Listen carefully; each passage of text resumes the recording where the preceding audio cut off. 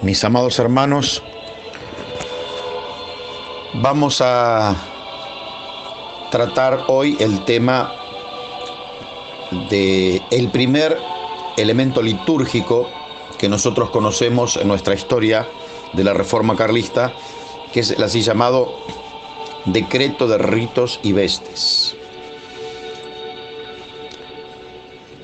No tengo a mano, por razones que yo ya les he explicado, la traducción exacta, pero la podemos ir haciendo sobre las letras. Teníamos entonces con que hasta el año 1950 la liturgia era tridentina, pero celebrada en lengua portuguesa. Y entonces vamos concretamente a nuestro tema de hoy. El decreto es emitido por el propio don Carlos Duarte Costa en el 4 de abril de 1950.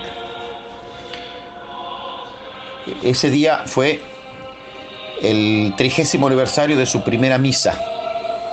Él había sido ordenado sacerdote el 1 de abril. Y el 30 de abril, el 4 de abril de 1950 hacían 30 años de la primera misa. Esto es que fue ordenado el 1 de abril y celebró su primera misa el día 4. Al comienzo, quiero que tengamos en cuenta lo siguiente, y les leo el texto en portugués para que vean que la fuente es fidedigna y no les estoy inventando una traducción. Fíjense ustedes que comienza: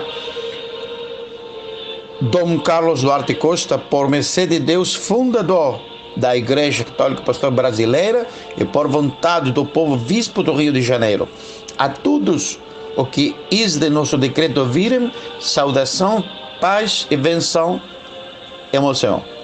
Facemos saber que, y comienza. Él da el decreto como sucesor de los apóstoles, pero fíjense ustedes que va a utilizar, aún ya en la Reforma, el tono majestático. No dice eu, que traducido al español es yo, sino que dice fundador da Igreja Católica Apostólica Brasileira, bispo do Rio de Janeiro, a todos os que verem este nosso decreto. Nosso quiere decir nuestro. Él emplea el majestático.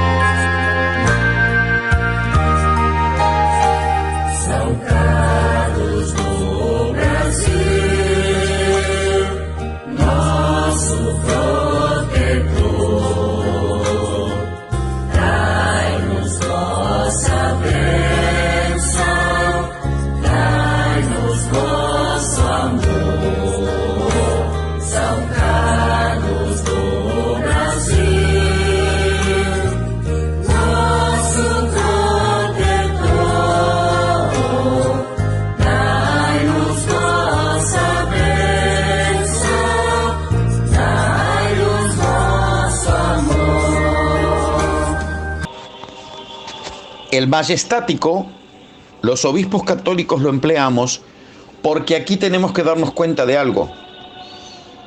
Cuando el obispo habla, y él ya tenía colegio episcopal a estas alturas, cuando el obispo habla de la misma forma que está redactado el primer texto conciliar en Hechos de los Apóstoles, en el Concilio de Jerusalén, donde dice que después de orar, de dejarse alumbrar por el Espíritu Santo y de debatir, redactan el texto conciliar que dice: el Espíritu Santo y nosotros.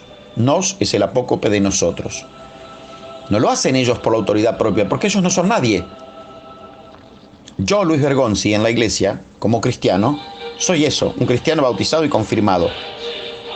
Ahora, nos Monseñor Luis Bergonzi, soy sucesor de los apóstoles, en comunión con mis hermanos.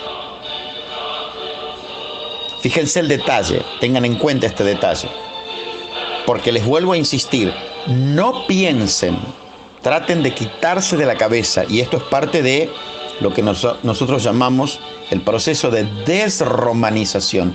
Traten de sacarse de la cabeza la estructura católica romana actual, porque nuestra reforma es 20 años anterior a lo que ahora hace la Iglesia de Roma. Y ustedes fíjense que los burros de los obispos romanos, no todos, pero sí muchos, por quitar el majestático que dicen que huele a principesco, ponen: y yo, obispo de tal, decreto. Usted solo no es nadie. El nos quiere decir el Espíritu Santo y yo somos dos. Y el colegio episcopal somos eclesía, asamblea. Entonces el obispo, siempre que va a decretar algo, va a poner el majestático, nos, el Espíritu Santo y nosotros, el colegio episcopal. Y San Carlos va a utilizar, es muy importante de que él, este primer elemento litúrgico que nosotros tenemos, que es el rito modificatorio, el documento modificatorio de ritos y vestes, lo va a hacer con el solemne majestático. Y por eso pone al principio: a todos os que de nosso decreto virem, saudação, paz e pensão nosso, nuestro. Una vez que él introduce, hace la consideración de todo el aspecto legal que ellos van a ir padeciendo y que van a dar origen a este documento. Y dicen, entre otras cosas, considerando estas manifestaciones externas como procesiones, misas campales, ceremonias en edificios abiertos al público, siempre existieron en todas las religiones, también en las religiones anteriores a la legislación mosaica, no constituyendo entonces propiedad de la Iglesia romana como ella quiere hacer creer. En este párrafo les hace ver que el ejercicio del culto es anterior incluso a la religión de los judíos, porque ya en las más antiguas religiones había una manifestación externa del culto, practicada y sostenida en muchos casos por el mismo Estado. Recuerden ustedes que el hombre, el ser humano es, y cuando digo hombre no quiero dejar de lado a las mujeres, digo el ser humano, para ser más plurales en estos tiempos que nosotros vivimos, instintivamente es un ser económico, un ser político y un ser religioso. Y en ese buscar algo más allá, llamado Dios, que solamente en la antigüedad se va a haber manifestado en el pueblo judío, tiene un culto externo que no es propiedad de la Iglesia romana, porque la Iglesia romana lo que nos quiere hacer creer es de que el grueso de las cosas que ellos utilizan son propiedad de ellos. Mentira. No es así. No es así. Y entonces continúa el decreto. Considerando entonces que es un deber de la Iglesia brasilera respetar las determinaciones del poder público, pautando sus normas religiosas dentro del orden público y de las buenas costumbres, y considerando además que el culto de la Iglesia Católica brasilera no es el culto de la Iglesia Católica romana, y que el romano, siendo que sus actos están practicados en latín, nuestros actos están practicados en lengua portuguesa. Fíjense ustedes que aquí comienza esto que para nosotros es decisivo. Nosotros no tenemos nada que ver con la Iglesia romana. Provenimos de la Iglesia de Roma, pero no tenemos nada que ver con la Iglesia romana. Y eso lo manifestamos exteriormente con un culto distinto al de la Iglesia romana. Y ya crea el derecho. Ya crea el derecho. El derecho está basado, una de las bases, de las fuentes del derecho, ¿cuál es? La cuestión consuetudinaria, los usos, las costumbres. Y aquí se va a aplicar por primera vez un uso y una costumbre, que son los que ahora nosotros vamos a analizar a medida que vayamos leyendo el decreto. Y entonces continúa usando el majestático, no dice resolvo, Dice resolvemos, que traducido es resolvemos. No siendo esta o aquella, no siendo este o aquel color propiedad de la Iglesia romana. Siendo las insignias episcopales usadas en la Iglesia Católica Brasilera las mismas usadas en otras iglesias, conforme se describen en los libros del Éxodo y el Levítico. Y aquí se remonta al hecho litúrgico de que la Iglesia no inventa nada, como algunos nos quieren hacer creer a través de la historia del cristianismo, que los curas hemos inventado los ornamentos. No. Éxodo y Levítico dicen ya cómo el Señor, a través de Moisés y de su hermano Aarón, y si nosotros leemos estos libros sagrados en la Escritura, vamos a ver qué tan específico está el uso de cada ornamento para la casta sacerdotal. El sacerdote no se podía vestir como los demás. E incluso cómo ofrecer el sacrificio. Por eso la misa no se puede celebrar de cualquier manera ni como se nos ocurra, sino que bíblicamente está especificado que el sacrificio debe ofrecerse de tal manera y la confección de los ornamentos tiene que ser hecha de tal manera. Y eso, para los judíos lo regulaba la ley mosaica y para nosotros la ley de la Iglesia. Esto viene de tiempos inmemoriales. Por eso la premisa en liturgia siempre es adaptar, pero no inventar. Adaptar, pero no inventar. Y entonces comienza en el listado lo que se va a adoptar en este documento.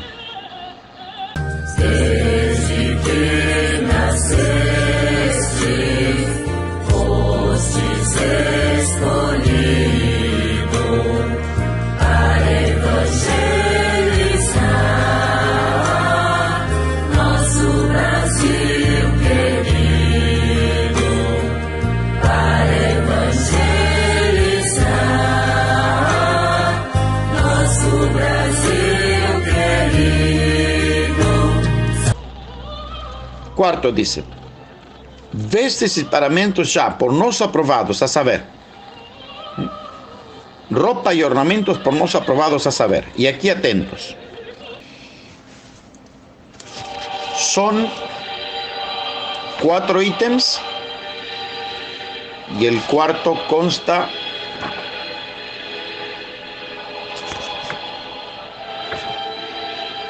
de 4 apartados.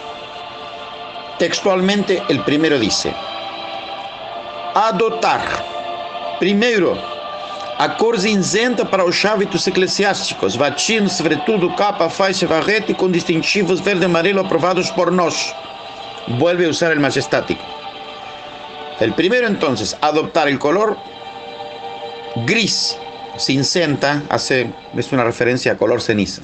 No existe la palabra gris en portugués, sino cinza, ceniza. Para los hábitos eclesiásticos, sotanas, sobre todos, capas, fajas, bonetes. Y en ese momento ellos le ponen un distintivo, un vivo, verde-amarillo, que era el color propio nacional, para hacer ver que era una iglesia nacional. Nuestras iglesias, desde el vamos, tuvieron esta connotación, usar el color de cada nación, para diferenciarla con claridad del clero romano y de cualquier otro clero, que también usa sus cosas propias. La iglesia ortodoxa, la iglesia anglicana, etc.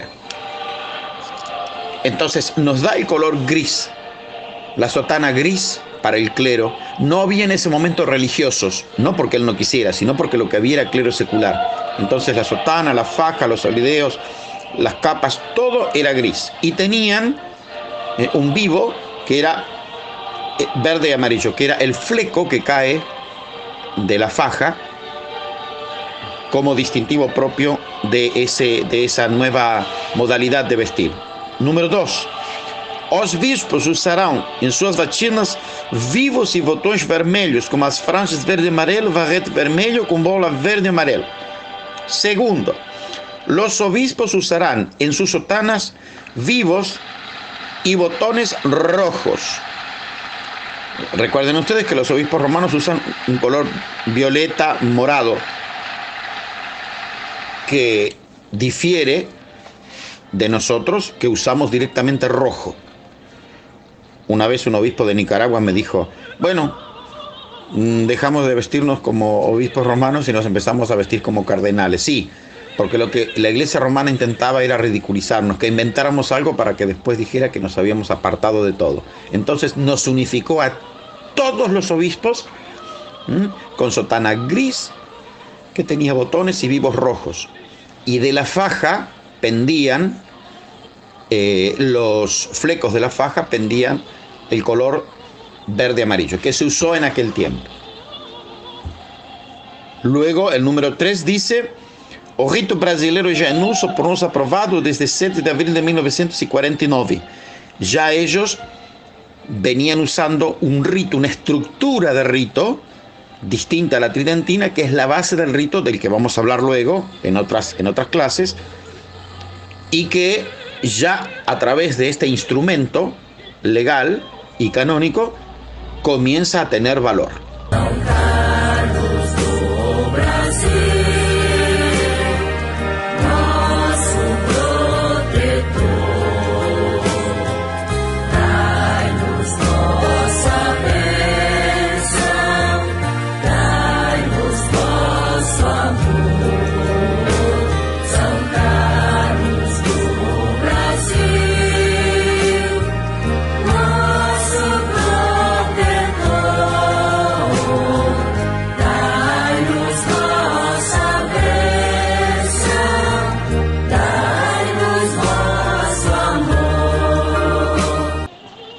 Dice: paramentos de color de ouro, galões verde e amarelo, cruz verde nas costas, com um triângulo amarelo no centro, e no centro do triângulo as letras C e S, querendo dizer Cristo, eterno sacerdote, estola verde, véu do cálice verde, galões verde e amarelo. ¿Qué pasó?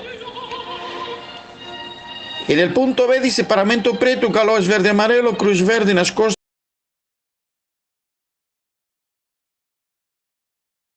como un triángulo, etcétera, etcétera. ¿Por qué reduce a dos los colores? El dorado y el negro. Por una razón muy simple, mis hermanos. La pobreza era extrema. Y en liturgia, el color dorado reemplaza todos los demás colores litúrgicos. Esas casullas, esas dalmáticas, esas estolas, eran de dos colores para los días festivos. Entonces, este color dorado y galones verde-amarillo, que indicaban el color de la bandera brasileña. Pero en las espaldas, recuerden que San Carlos y todos celebraron siempre de espaldas. No había, la misa era en portugués, pero no se celebraba de frente. Después les voy a explicar esto, que también es una cosa importada, el celebrar de frente. No es propio de las iglesias nacionales celebrar de frente. Es algo que tiene otra historia que ya se las voy a explicar. Y que en las espaldas, que es lo que más se veía en ese momento, durante la misa del celebrante, y en los extremos de las estolas, existía, y sigue existiendo porque eso está vigente, el triángulo, un triángulo, y dentro del triángulo las tres letras: C de casa, la S de sol y la E de elefante. Cristo, eterno sacerdote, que coinciden tanto en portugués como en español. Ese era y sigue siendo el signo propio, el símbolo propio de nuestros ornamentos litúrgicos. E incluso, yo les voy a mandar fotos, no sé si Monseñor Abraham llevó algún ornamento, porque los modificaron, no eran exactamente ni como los que nosotros estamos acostumbrados a usar, tipo un poncho grande. Poncho decimos aquí en Argentina, ese abrigo grande, con un agujero en el medio, ni los otros ornamentos romanos de forma de guitarra, sino que él modifica un poquito eso y queda en lo que yo les voy a mandar por fotos para que ustedes vean, que tuvo, en Brasil no se han usado mucho, pero el que tuvo la buena idea de poder poner en vigor eso de nuevo, porque nunca fue abolido, fue el Primado de México. Algunos nos ha regalado y otros incluso hemos comprado.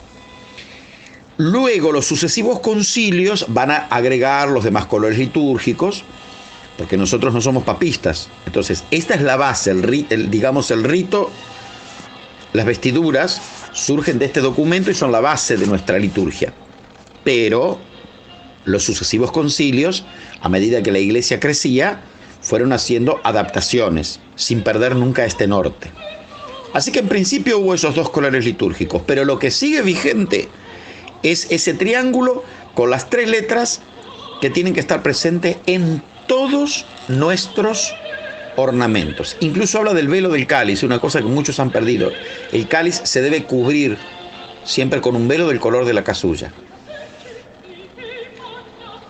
Y finalmente dice que crea la bandera de la ICAB, que eso es algo ya propio de ellos. Cada país puede tener su propia bandera de su iglesia nacional.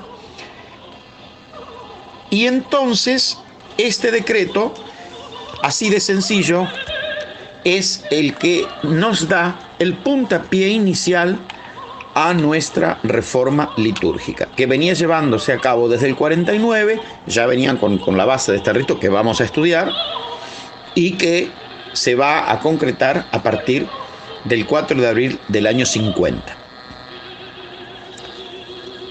Les vuelvo a insistir, mis amados hermanos, y discúlpenme si ustedes creen que soy reiterativo.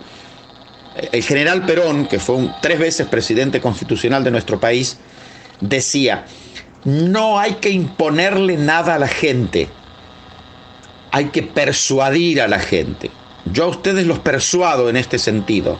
Sáquense de la cabeza toda idea de liturgia romana que usan ellos, porque nuestra liturgia no está basada en lo que hacen ellos, en absoluto.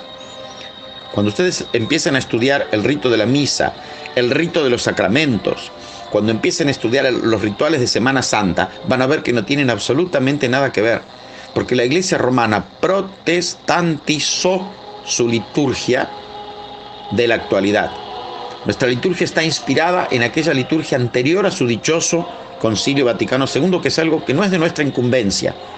Pero algunas de esas cosas, lamentabilísimamente, se fueron filtrando a lo largo de nuestra historia y hubo que hacer algunas adaptaciones a partir de los concilios.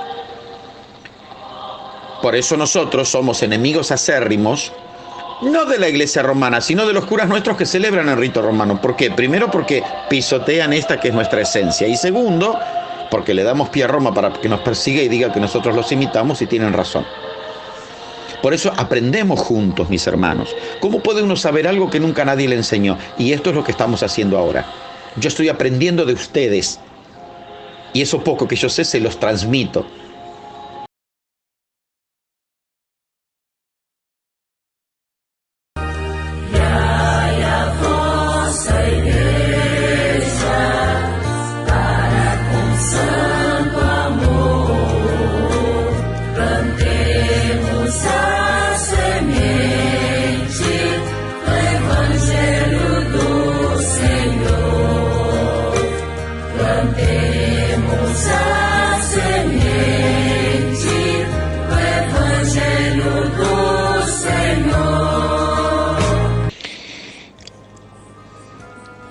Hasta el año 1973, es decir, entre el 50, que San Carlos dicta este decreto, y el año 1973, se fueron haciendo más adaptaciones. Y ustedes recuerden que la estructura de nuestras iglesias nacionales está basada en el hecho de que las iglesias nacionales, si bien somos autónomas en cuanto a las decisiones propias de cada iglesia, no somos independientes, es decir, no podemos hacer lo que se nos ocurra. Por ejemplo, no podemos consagrar obispos, pero sí el obispo puede ordenar los sacerdotes que encuentre preparados, los candidatos digo, y puede administrar la diócesis, sabiendo siempre de que si hay irregularidades, tendrá que dar cuenta ante el concilio. En el aspecto litúrgico esto también existe. No podemos cada uno llevar un rito diferente porque eso quiebra la unidad. Y justamente la identidad es aquello que nos da a nosotros la cohesión humana. La liturgia en definitiva es el ordenamiento de las cosas de Dios, del culto divino, del ordenamiento divino, y es la cara visible de la Iglesia. Entonces, no podría ser que cada diócesis tenga, o en el caso de ustedes que son una prelatura, aquí también tenemos, en Argentina son 2 diócesis y una misión, que es una especie de prelatura, que estamos en comunión plena, tienen obispo ellos también, pero todos observamos ese mismo rito. Pero sucede de que entre el año 50, que se dicta por parte de San Carlos Duarte, el documento, el decreto de ritos y vestiduras, y el año 1973 no hubo un misal unificado. Y ahora vamos a entender lo que va a sobrevenir y lo que va a decantar de ese sobrevenir.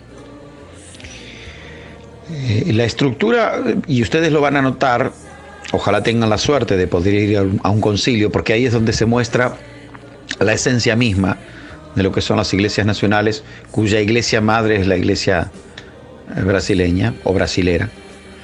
Ambos términos están admitidos por la Real Academia. Por el uso, nosotros decimos brasilera, lo correcto es brasileña, pero ambos usos están admitidos por la Real Academia. Entonces digo, si nosotros queremos conocer la esencia, es allí en el concilio. Y ustedes van a notar que los obispos mayores, los obispos más grandes,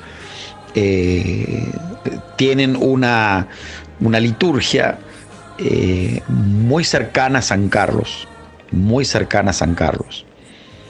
En cambio, luego va a devenir algo que primero fue una colisión y después decantó, hasta que en el 1973 don Luis Fernando Castillo Méndez, que era obispo de Brasilia y fue durante muchos periodos presidente de la ICAB, va a unificar todo eso en un misal, que se llamó precisamente en esta iniciativa un compendio llamado concretamente Misal Brasileiro. La iglesia iba creciendo y ya entraba en la fase de la madurez. Y ya, como había un crecimiento, se empezaban a pedir actualizaciones, riqueza de las ceremonias. En aquellos años hubo un gran seminario en Niterói. Niterói es una ciudad que está enfrente de Río de Janeiro, muy bonita. Y en aquel seminario hubo un esplendor litúrgico nacional muy, pero muy importante. Luego hubo otra diócesis, Jaboatão dos Guararapes, hubo un movimiento diocesano que dio a la iglesia misales y rituales. Les estoy haciendo una introducción histórica para que sepan cómo va a devenir. São Carlos do Brasil, nosso protetor, dai-nos vossa bênção, dai-nos vosso amor. São Carlos do Brasil, nosso protetor, dai-nos vossa bênção, dai-nos vosso amor.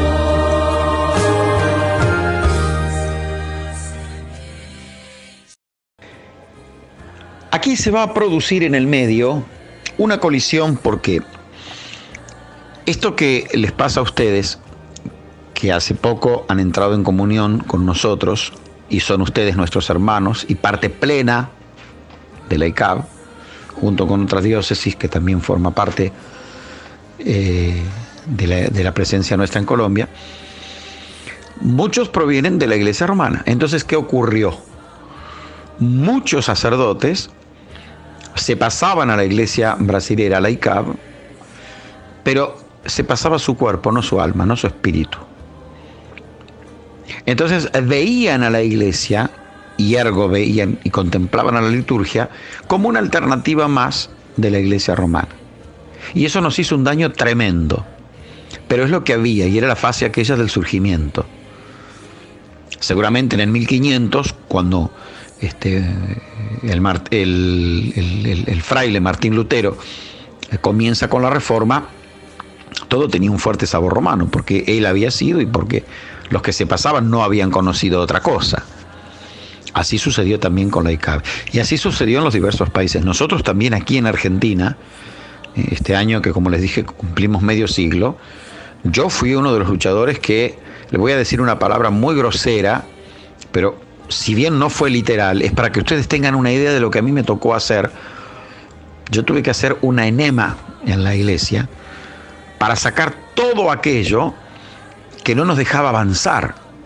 Y en materia litúrgica copiábamos ritos que no nos eran propios, ignorando, a veces voluntariamente, bastantes veces, y otras veces involuntariamente, nuestra propia liturgia. Y eso impide el crecimiento. Por eso no es que nosotros nos pongamos en contra de ustedes cuando los vemos celebrar con ritos romanos o maneras romanas, porque se proviene de. Pero para eso estamos haciendo ahora estas charlas, para que nos alumbren y podamos disfrutar de nuestra riqueza litúrgica. Y ahí es donde les digo yo que viene entre ese 50 de ritos y vestes, el decreto, y el 73, que surge un primer misal ya codificado, dado en primer lugar en la diócesis de Brasilia. Después ya los diversos concilios fueron aprobando hasta que finalmente surge el actual misal brasilero con la unificación definitiva. Tenemos en el medio que gran parte del clero romano que se había pasado a la iglesia brasileña venía con esas ideas y esas formas, y no le interesaba el cambio. Pero aquí que entre ese periodo 50-73, en la iglesia romana hay un cambio litúrgico profundo y radical, que entre paréntesis fue lo que la hizo derrapar a la iglesia romana, porque quizá la iglesia romana debe haber cambiado la mentalidad y la estructura y no la liturgia, porque ahora han convertido su liturgia en cosas que tienen de todo menos de sagrado. Pero es un problema de ellos, no nuestro. Pero muchos de nosotros nos hemos formado ahí. Yo fui 11 años seminarista, de los 11 a los 22 años. Y creo que ustedes muchos también. Y luego estaba el otro clero que ya se había formado y había nacido dentro de la Iglesia Nacional. Por eso las dos corrientes. Aquí van a ver ustedes de que cuando la iglesia brasilera ve que la iglesia romana comienza a hacer un cambio tan radical, y la iglesia romana 20 años después que nosotros comienza a celebrar misa en la lengua del pueblo, pero usando otro rito, que es el rito que hoy usa la iglesia romana, empiezan muchos a copiar eso, pensando de que iba a venir la unificación, o pensando quizá que Roma se iba a adaptar a nosotros. Nada más lejos de eso. Nada más lejos de eso. Y de ahí es de donde surge el hecho de que comienzan a celebrar de frente, es decir, de cara al pueblo, algo que nunca nos fue propio, jamás. Y esto no es lefebrismo, esto es consecuencia de algo lógico. Si nos separamos en el 45, donde todo el mundo celebraba de espaldas, si nuestro fundador siempre lo hizo así, ¿por qué nosotros después tomamos otra manera litúrgica por imitar una iglesia que creíamos que podíamos comulgar con ellos en cuanto a alguna cosa, y sin embargo fue nada más que copiar algo que nos dividió y nos quitó, lamentablemente, un toque muy, pero muy personal nuestro de identidad? Porque cuando, por ejemplo, hoy día, después de que todo esto sucedió, está muy claro de que cada obispo en cada diócesis determina de qué manera celebrar, si frente al pueblo o de espaldas, o puede ser que adopte las dos maneras de celebrar, pero el rito es siempre el mismo, no varía. El rito es exactamente el mismo, no varía.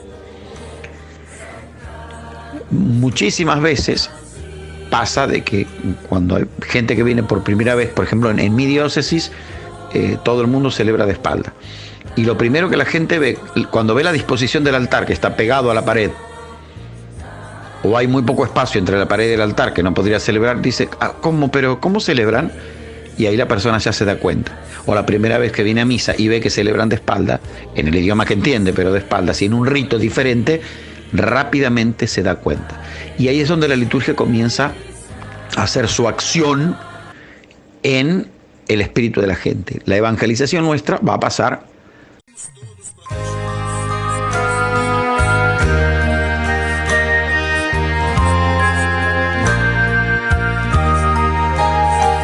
Salgados do Brasil,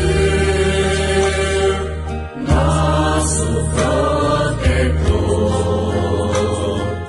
dai-nos vossa bênção, dai-nos vosso amor. Salgados do Brasil, nosso protetor, dai-nos vossa bênção, dai-nos vosso amor. Así entonces, tenemos que partir de una base fundamental, que nosotros tenemos un calendario litúrgico propio.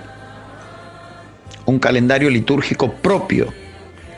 Ese calendario litúrgico propio no tiene las mismas festividades que la Iglesia romana, que usa en la actualidad, sino que es muy parecido al tridentino. Y volvemos a insistir en lo mismo, porque cuando nosotros nos fuimos de Roma, es lo mismo exacto. Ustedes, si por ejemplo observan los rituales de la Iglesia anglicana, e incluso el calendario litúrgico, el libro de oración común de los anglicanos, tiene muchísimos elementos tridentinos, porque ellos se separan allá en la Inglaterra de Enrique VIII, donde la misa romana se celebraba en latín y de espaldas, como en la época nuestra, que nos separamos, y de ahí que el calendario litúrgico nuestro es una adaptación de aquel calendario. Y ya arrancamos el 1 de enero, y yo veo muchos curitas nuestros celebrando el 1 de enero Santa María, Madre de Dios. ¿De dónde sacan eso? En nuestro calendario es la circuncisión del Señor. ¿Por qué? Esto les hago una breve explicación, porque no les voy a dar una explicación del porqué de cada fiesta. ¿Por qué le damos importancia a la circuncisión del Señor si es un acto meramente judío? Porque justamente el Señor, para traer la nueva alianza, va a cumplir perfectamente la antigua alianza, porque en Dios no puede haber error. En Dios no puede haber error. Por eso come el cordero pascual y las verduras amargas, y por eso permite ser circuncidado. Y ahí arrancamos. Luego van a ver ustedes que hay lo que se llama el tiempo ordinario. No existe eso entre nosotros.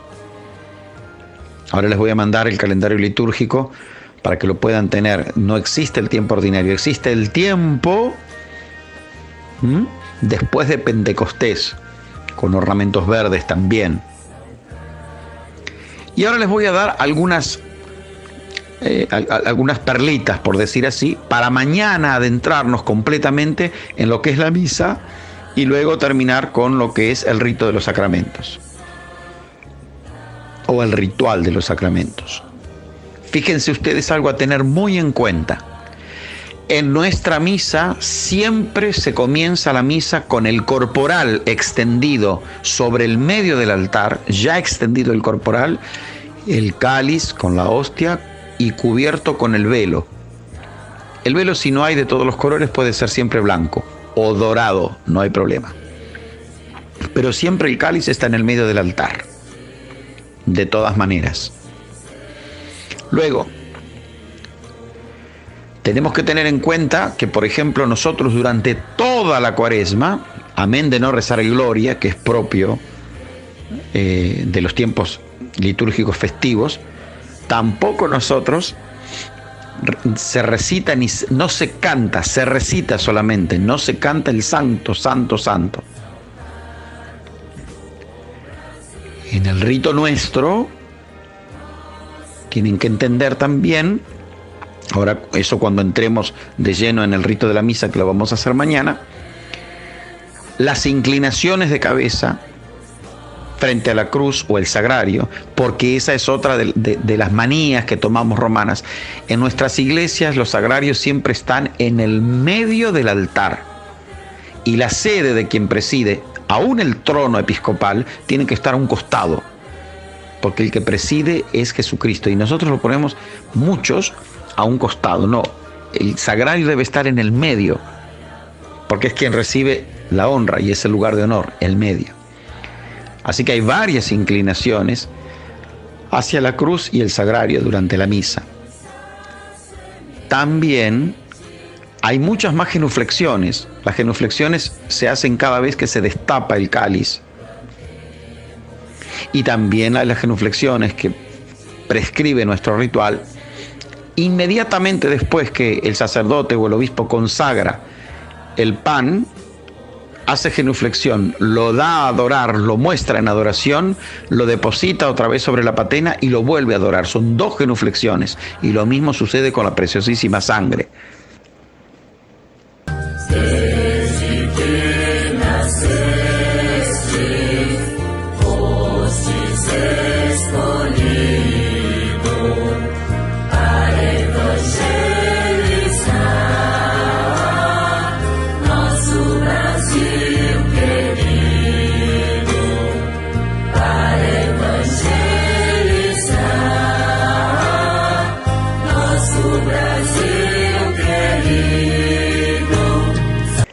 El uso de los coroles litúrgicos es casi o muy parecido al de la Iglesia romana. Nosotros les recuerdo, como les decía en las charlas de los otros días, y eso sí fue decretado por San Carlos, usamos también el negro para los oficios de difuntos, el color negro. Recuerden que el color negro, si el obispo celebra misa exequial solemne, no usa guantes negros, porque entre nosotros guantes negros no existen. Sí, me parece Drácula el obispo, entonces no, el guante negro no. Pontifical, incluso sí la tunicela negra debajo, si el obispo celebra debajo de la casulla negra, pero no guantes negros. La mitra que va a usar el obispo tiene que ser tanto en Cuaresma como en Adviento, como en las misas de difuntos, que las puede celebrar de color morado o color negro. Va a ser siempre total y absolutamente blanca, total y absolutamente blanca. En tanto que cuando el obispo ordena, administra alguna ordenación, va a usar siempre 2 mitras, la preciosa o una mitra más vistosa y una totalmente dorada, que es la que va a usar durante el momento en sí de la ordenación. El Domingo de Ramos, por ejemplo, en nuestro ritual, no se lee la Pasión, sino solamente el Evangelio que corresponde. Eso lo hemos visto en la Semana Santa pasada. Y la estructura de los oficios de Semana Santa es muy distinta también de lo que se conoce de parte de la Iglesia romana en la actualidad. Está absolutamente tomado del rito tridentino. Por eso hay que leerlo bien al ritual, para no cometer errores. El uso del bonete en los clérigos. El sacerdote, cuando usa el bonete, por ejemplo, para una misa solemne o de domingo, la va a usar cuando entra y se lo va a quitar luego de hacer la genuflexión. Lo va a volver a colocar mientras se leen las lecturas. Recuerden que entre nosotros siempre hay una lectura y un salmo, no 2 lecturas. Los leccionarios en español ya están editados y creo que los deben tener ustedes porque hizo la traducción el obispo de México. Una lectura y un salmo. Se lo quita para el Evangelio al bonete, lo vuelve a poner cuando predica, e inmediatamente se lo saca y no se lo va a volver a poner hasta después, en el momento de la bendición, y se va a retirar con el bonete. Les decía también que el manípulo entre nosotros prácticamente no tiene uso, pero si alguien lo quiere usar, es libre de hacerlo. Pero en verdad, entre nosotros el manípulo no es algo que se use. Van a ver ustedes también en nuestra liturgia otros elementos que tienen mucho de particular, que esos elementos ya sí se han ido agregando, digamos, por el uso, las costumbres, a través del tiempo. Inmediatamente después que se lee el Evangelio, se besa, y hay costumbre en las iglesias brasileras, ustedes que tienen un tono carismático, siempre se aplaude luego de que se besa que el celebrante besa el Evangelio, sea el obispo, el sacerdote o el diácono, porque el diácono puede leer el Evangelio, dice, lo levanta, lo muestra, y cuando lo muestra, todos aplauden. Así dice el ritual nuestro. Entonces, ustedes, como les decía, que tienen un toque carismático, eso también. Una regla general, les voy dando perlas, les dije que les voy dando perlitas, una regla general para que entiendan. El uso de la mitra en los obispos. El obispo usa la mitra cuando habla de Dios, pero se quita la mitra cuando habla con Dios. Es decir, cuando el obispo dice oremos, jamás puede tener la mitra en la cabeza, porque al decir oremos, está dirigiendo al Señor. Y el solideo que se lo va a sacar inmediatamente después de haber hecho el ofertorio. En la estructura de la misa, la paz se da siempre luego del credo y antes del ofertorio. Luego del credo y antes del ofertorio se dice la oración de la paz. Señor Jesucristo, que dijiste a tus apóstoles. Y se menciona aquello que dice el Señor. Si tienes algo contra tu hermano cuando vas a presentar tu ofrenda al altar, déjala, reconcíliate con tu hermano, vuelve y presenta tu ofrenda. Nosotros nos damos la paz antes del ofertorio. También nosotros vamos a ver en el ritual de los sacramentos, por ejemplo, eso ya va a ser al final, luego de que les explique exactamente lo de la misa paso por paso, que se utilizan elementos que en la Iglesia de Roma tampoco se utilizan. ¿Por qué les hago referencia a Roma como un obsesivo? No estoy obsesivo ni obsesionado. No. Es que muchos lo único que conocen es eso. Entonces tienen que tener un parámetro para saber cuál es la diferencia. Nosotros usamos la sal para el bautismo. El éfeta. Y se usa también, se pronuncia un exorcismo solemne. Porque quien no está cristianizado, quien no ha sido bautizado, está en las garras de Satanás. De Satanás no quiere decir que esté poseso, pero está a merced de. Entonces, en el ritual nuestro hay una imprecación fuerte contra Satanás para que no haga daño a aquel que va a ser bautizado en ese momento. Lo mismo sucede. Cambia diametralmente el rito de la confirmación. Cambia diametralmente de lo que hay en la Iglesia de Roma. Y por último,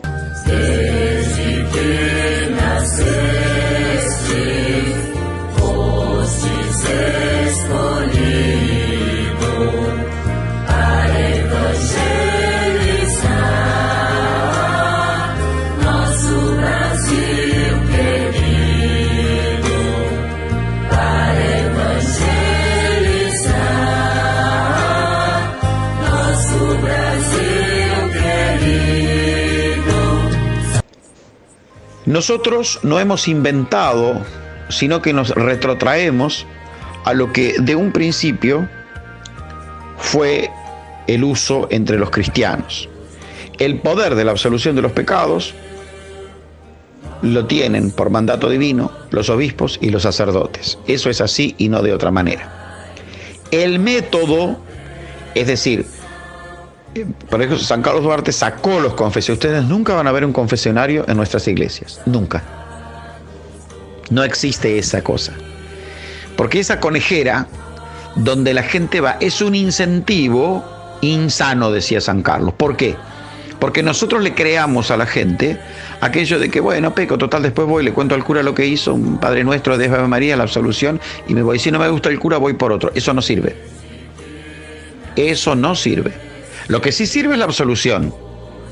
Pero ese cuchicheo incluso fue usado durante siglos por la Iglesia de Roma para manipular conciencias y para obtener información. Acá, por ejemplo, les cuento, en Argentina, en la última dictadura militar, cientos de sacerdotes fueron acusados por los pobres torturados, que en medio de los pegotes de la sangre y el dolor de haber sido torturados con electricidad, aparecían los curas y decían: decí la verdad, confesate, Dios te va a perdonar y entonces te va a ayudar a salir de esto. Cuando terminaba de confesar, el cura iba y le contaba a los militares lo que había escuchado, y venían y terminaban la obra macabra o lo liquidaban.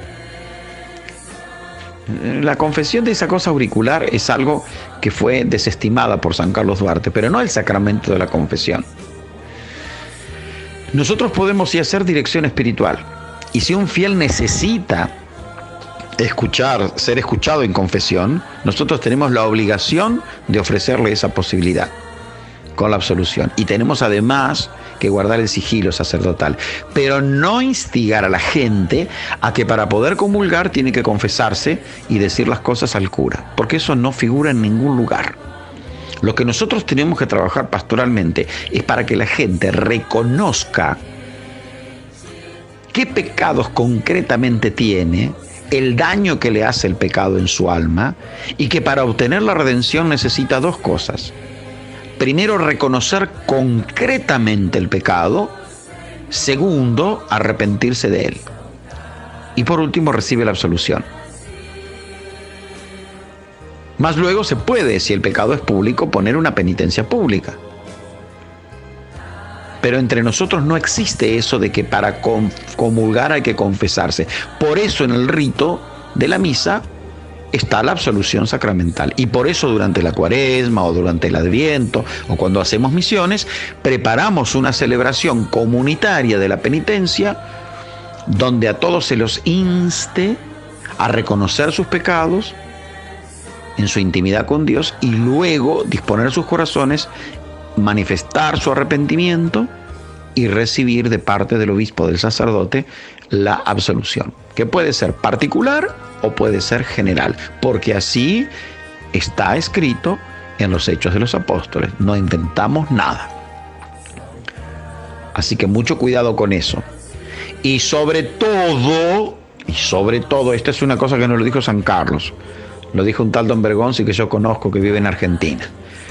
No tener la obsesión enfermiza de a la gente agobiarla en una confesión con un único mandamiento, que es el sexto de la ley de Dios, y regodearse escuchando las miserias que la pobre gente hace y andar teniendo fantasías, porque eso es utilizar las cosas sagradas para cosas que no vienen de Dios. Entonces, lo primero que tenemos que hacer nosotros los curas es tener una gran misericordia, pero sí fortaleza, y aclarar siempre a la persona cuando está confundida qué cosa es pecado y qué cosa no. Y en eso hay que ser un cirujano, pero que no tiene anestesia. Clavar el bisturí, sacar el mal y poner el remedio, porque para eso sirve la confesión. Pero entre nosotros, sepan ustedes, no existe la confesión auricular, no la confesión sacramental, auricular, esa manera. Si yo no le cuento al cura mis pecados, no tengo el perdón. No, eso es un invento romano. Yo lo que tengo que acercarme al sacerdote y decirle: Padre, necesito la absolución. Si el fiel tiene una duda, se lo preguntará al cura. Y si usted ve que alguien yerra, lo tiene que llamar aparte, instruirlo, orientarlo, moverlo al arrepentimiento y al reconocimiento del pecado, a la penitencia, y entonces darle la absolución.